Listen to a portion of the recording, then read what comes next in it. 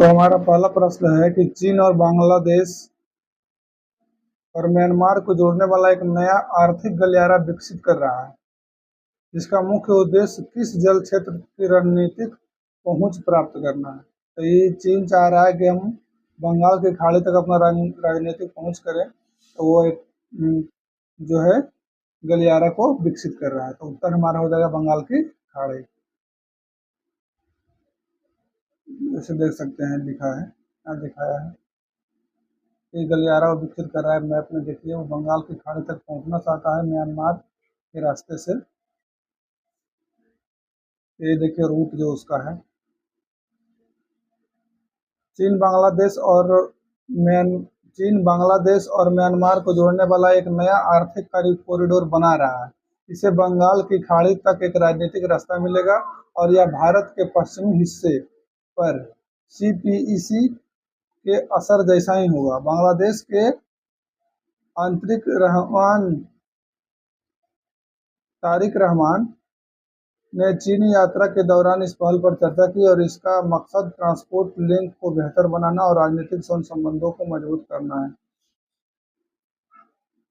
चलिए दूसरा प्रश्न हम लोग का है कि भारतीय पुरातात्विक सर्वेक्षण ने हाल ही में महाराष्ट्र के मृत कुंड में एक शिवलिंग का खोज किस स्थान पर किया गया है। तो जो है त्र्यंबकेश्वर में एक शिवलिंग मिला है, मृत एक कुआं था, मृत कुंड में मिला है। तो उत्तर हो जाएगा त्र्यंबकेश्वर, महाराष्ट्र में है। ये देखिए कुआं में शिवलिंग मिला है।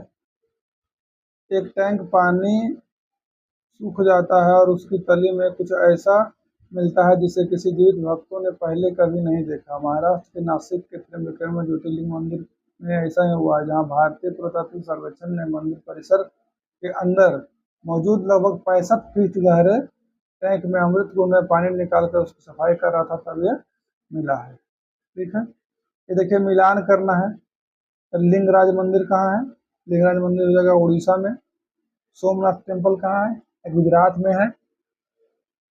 उसके बाद हो जाएगा आपको बृहदेश्वर मंदिर कहाँ है? तमिलनाडु में है। और विरूपाक्ष मंदिर कहाँ है? ये कर्नाटक में है। ये अब मिलान करने वाला था। अब तीसरा न्यूज है यूपीआई से संबंधित। ग्रीस हाल ही में भारत के यूपीआई को स्वीकार करने वाला 10वां देश बन गया है। इसका मुख्य रूप से विकास क्या है? ये है कि यूरोप में यात्रा करने वाले भारतीयों को सुविधा होगा, पर्यटकों के लिए है। हो जाएगा आंसर हमारा।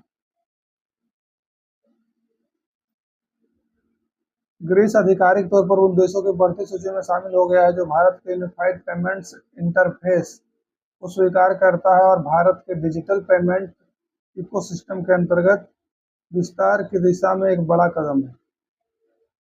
चलिए ग्रीस से संबंधित एक चौथा प्रश्न हम लोग का है। सोनितपुर स्थित बुर्जुली स्थल को हाल ही में किस राज्य के जैव विविधता धरोहर स्थल घोषित किया गया है? तो ये सोनितपुर जो है ये असम का है, वहीं जैव विविधता से इसको घोषित किया गया है। ये देखिए धान है, जंगली धान के लिए है। असम बोर्जिल्स wetlands notified as biodiversity heritage site. ठीक है, असम के बारे में कह रहा है, बताइए। असम पूर्वोत्तर में स्थित है, बिल्कुल सही है। ब्रह्मपुत्र नदी यहाँ से बहती है, ये भी सही है। असम की अंतर्राष्ट्रीय सीमा पश्चिम बांग्लादेश और नेपाल से मिलता है, बांग्लादेश और नेपाल से मिलता है। असम एक स्थल रुद्र राज्य है जहाँ कोई नदी तंत्र नहीं है। तो 4 नंबर तो हमारा गलत हो जाएगा, तो 1, 2, 3 सही हो जाएगा। ये देखिए जापान की शासिका है। जुलाई 2026 में आयोजित 16वां भारत जापान वार्षिक शिखर सम्मेलन कहाँ आयोजित किया गया था? नई दिल्ली में हो रहा है वार्षिक शिखर सम्मेलन।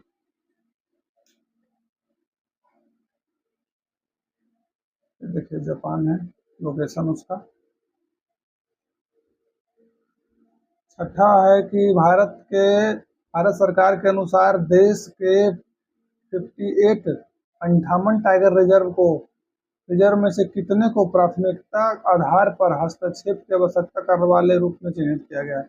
उन्हें किसको ज्यादा प्रायोरिटी दिया जाएगा? तो इसमें 25 हो जाएगा। 58 में से क्या 25। 18 ईयर ऑफ सरिस्का टाइगर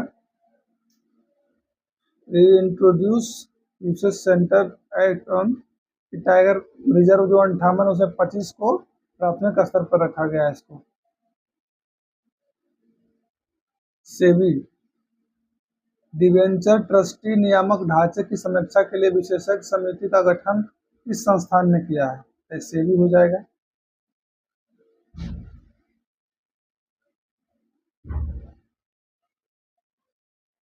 उसके बाद देखिए अगला न्यूज है, संथाल क्रांतिकारियों के सम्मान में हूल दिवस किस राज्य में मनाया जाता है? तो हूल दिवस जो है झारखंड में मनाया जाता है, झारखंड के निवासी मनाते हैं हूल दिवस।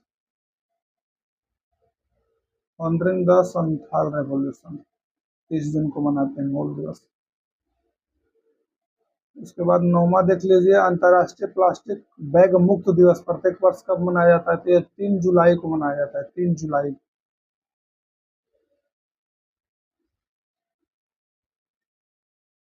10 नंबर है न्यूज, पुर्तगाल की क्रोएशिया पर जीत के बाद फीफा विश्व कप नॉकआउट चरण में सबसे उम्रदराज गोल करने वाले खिलाड़ी कौन है? ये हो जाएंगे क्रिस्टियानो रोनाल्डो। ठीक है, सबसे उम्रदराज। अब देखिए,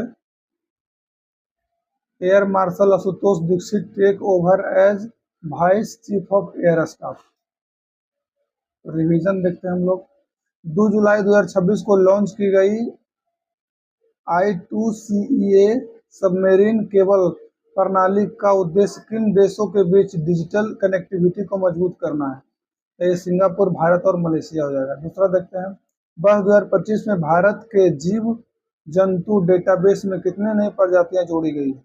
ये 709 प्रजाति जोड़ी गई है। ठीक है, अगला क्वेश्चन देखते हैं, संयुक्त राष्ट्र सतत विकास लक्ष्य सूचकांक 2026 में भारत ने अब तक सर्वोच्च रैंक प्राप्त किया हुआ रैंक कौन सा है? तो 94, 94वां रैंक है। अगला देखेंगे, बढ़ती वैश्विक चुनौतियों के बीच यूरोपीय संघ का नेतृत्व करने की तत्परता किस देश ने जताई है? तो आयरलैंड ने जताई है। प्रधानमंत्री कृषि सिंचाई योजना ने कितने वर्ष से अधिकार पूरे कर लिया है? ये 10 वर्ष। 16 में स्टार्ट हुआ था, 26 में 10 वर्ष हो रहा है। केंद्रीय मंत्रिमंडल ने 14,115 करोड़ परियोजना विकसित करने की मंजूरी दी है। तो यह दिल्ली टनल कानपुर कबराई राजमार्ग के लिए। 16वां केंद्रीय स्वास्थ्य परिवार कल्याण परिषद का सम्मेलन एनीमिया मुक्त भारत अभियान ऑपरेशन गाइडलाइन किसने जारी किया है? ये जेपी नड्डा स्वास्थ्य मंत्री है, उन्होंने गाइडलाइन जारी किया है। विक्रम-1 प्रक्षेपयान किस कंपनी द्वारा विकसित किया गया है? तो ये रुकाइट एरोस्पेस के द्वारा। अपने 90 वर्ष पूरे होने के उपलक्ष्य में किस संगठन ने स्वर प्रेरणा वीथिका का शुभारंभ किया है? यह आकाशवाणी किया है, स्वर प्रेरणा वीथिका। जुलाई 2026 में किस भारतीय अधिकारी को 1 वर्ष का सेवा विस्तार कर दिया गया है? तो ये विक्रम मिस्री का है। होमवर्क में आपको है, 1 जुलाई 2026 को 6 महीने के कार्यकाल के लिए central board of direct tax CBDT का चेयरमैन के तौर पर किसे नियुक्त किया गया है? चलिए, वीडियो अच्छा लगा तो हमारे चैनल को सब्सक्राइब कीजिए, लाइक कीजिए। धन्यवाद।